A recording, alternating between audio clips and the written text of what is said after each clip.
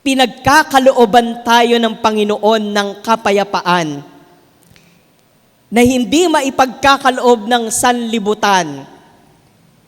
Pero ang tanong, iniibig ba natin ang kapayapaang ito? Gusto mo magkaroon ng kapayapaan sa buhay mo? Gusto mo magkaroon ng kapayapaan sa pamilya mo? Gusto mo magkaroon ng kapayapaan sa bawat lugar na pupuntahan mo?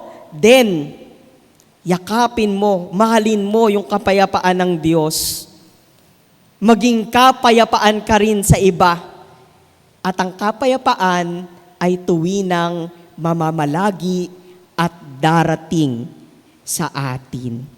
Sa araw na to, ang aking panalangin para sa sambayan ng mananampalataya ng Katedral ng Mandaluyong, nawa ang kapayapaan ng Diyos mahalin natin upang ito'y mamalagi sa atin.